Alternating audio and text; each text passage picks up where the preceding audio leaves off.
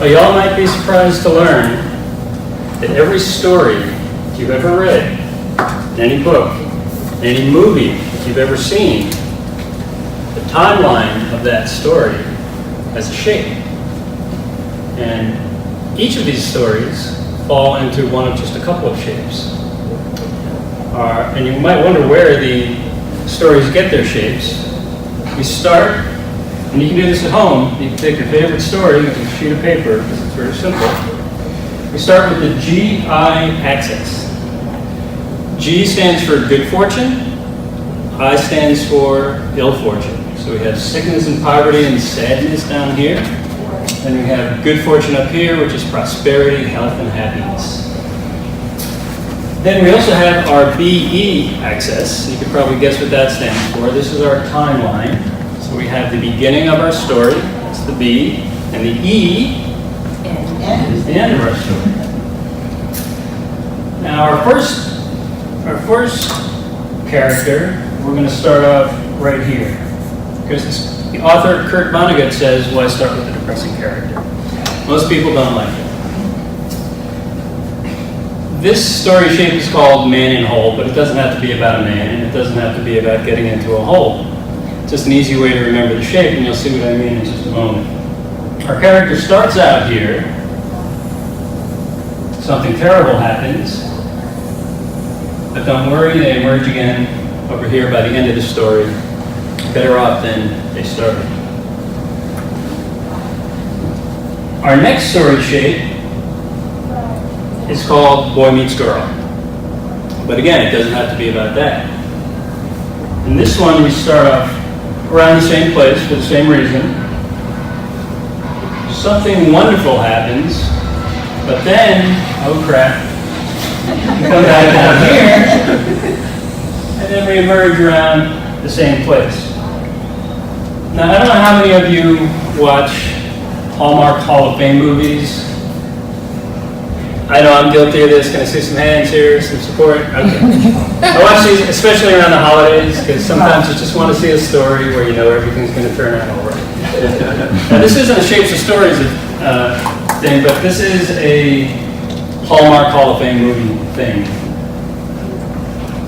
In this, the wonderful thing that happens is that somebody is engaged to be married. But when it's Hallmark, the person they're engaged to here is not the same person they're engaged to here. But everything still works out all right. In our third story shape, we start off way down here. Now, I told you that most people don't like a depressing character, but this happens to be the most popular story shape in probably all of history. We're down here, and what's worse, it's a little girl. And I want you to help me out again here. I want you to try to guess who I'm talking about and just call it out. You need to raise your hand. You start out down here, what's happened to her? That's a good guess. She's lost her mother, and her father marries an ugly tempered. This is the Cinderella story shape. Marries a terrible woman with two equally terrible daughters. So she starts out down here, but then she's invited to the ball, the palace, to meet the prince and dance. But of course, she's not allowed to go because she's got to help everybody else get ready. But then her fairy godmother shows up. Her fairy godmother gives her a horse-drawn carriage with a driver. I'm going to be looking for help again here because I may start forgetting one of these things that she gets. Right? She gets a beautiful dress. Look what's happening to her situation. It's going up. She gets a new hairdo. She gets some lovely accessories. She gets shoes, glass shoes. Thank you. She gets wonderful bracelets, a really nice handbag, and she meets the prince and gets to dance with him. But then what happens? Bong, bong, bong, and she ends up going all the way down here. Now, she doesn't quite hit rock bottom like she was before because she'll remember this night for the rest of her life. And she plods along, and then the prince shows up, and the slipper fits, and then she marries the prince, goes to the palace, and she gets off-the-chart happiness. This story shape may seem familiar to you, not just from Cinderella, but this is actually a very popular, it's not a popular story shape, but it's very popular for creation stories. So in the book of, in the Old Testament, we have God shows up.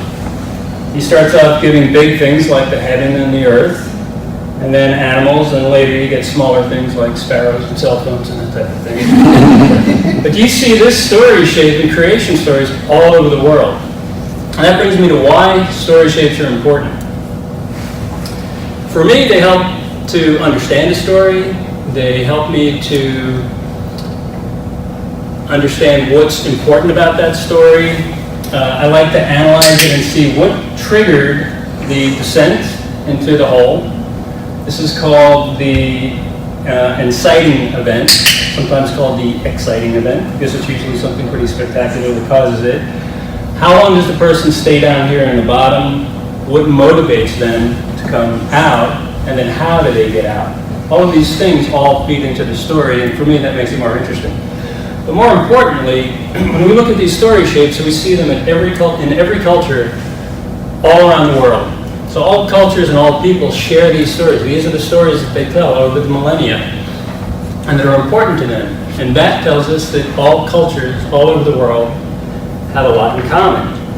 And I think at a time where we have so much conflict within this country and people trying to pit cultures against each other, this is an important thing to remember. Fred Rogers, who I think you all know as Mr. Rogers, he has a lot of wonderful quotes. And I'll end with his quote, which is, once you've heard somebody's stories, I believe that it's impossible not to love them.